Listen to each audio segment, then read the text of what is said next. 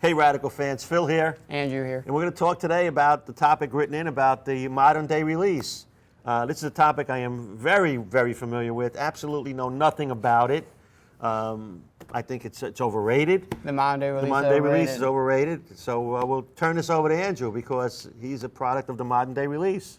Yeah, so what's interesting is I grew up with both. Like a lot of the people coaching me when I was younger always try to teach me how a lot of the professionals bowled in the 90s, 80s.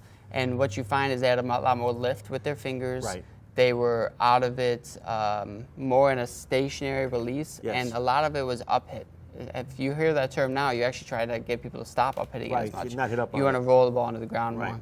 The modern day release is really described as more of a yo-yo type release. There's a lot more wrist action, elbow action, where at the release point you'll see some of the biggest names in bowling actually have more of a bent elbow now, and it's a yo-yo release. Right. So if you've ever played with a yo-yo, you crank it up, you uncrank it, and then it spins really fast. That's how a bowling ball is. The more you can cup and uncup the wrist and the faster you can, the more the closer you are to the modern day release.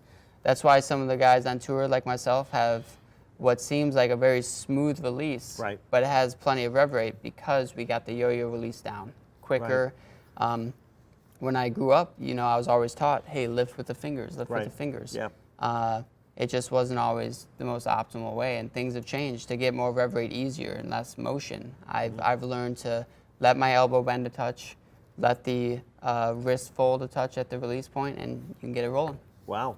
And again, coming from the old school, throw those things right out the window. Keep that elbow. Keep the elbow extended. Straight, come through the shot and lift through it. Yeah. And one of the targets or key indicators for me has always been ring finger.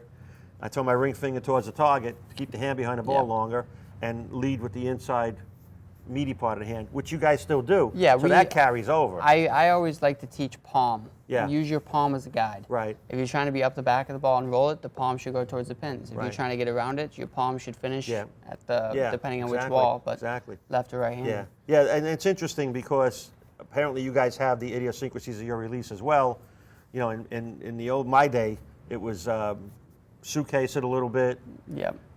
More cup, turn your wrist in and out. More of subtle changes. And we had a video over PAP, but what you'll find is even when you feel like you're tilting your hand, your axis really isn't changing. Not changing. Your ball roll is changing because your rotation is changing. Correct. That's exactly not your axis. You don't your change axis is just not changing. No, an axis is mostly dictated from the timing between the fingers and the thumb. Yes, the faster your thumb is out of it, and the longer it's on your fingers, the more heavy ball roll you're going to have. Right, exactly. Yeah, so it's interesting, the modern day release. I'm sure Andrew will do some videos later on showing that release. I'm useless when it comes to this, so... You weren't going to get in? I'm not going to get in there and do the yo-yo, because when I was a kid, the only yo-yo we had was a Duncan yo-yo, and it went up and down, and it didn't roll anywhere else. So fair enough. That's fair enough, right? Thanks for tuning in. We'll have some more topics for you in a little bit.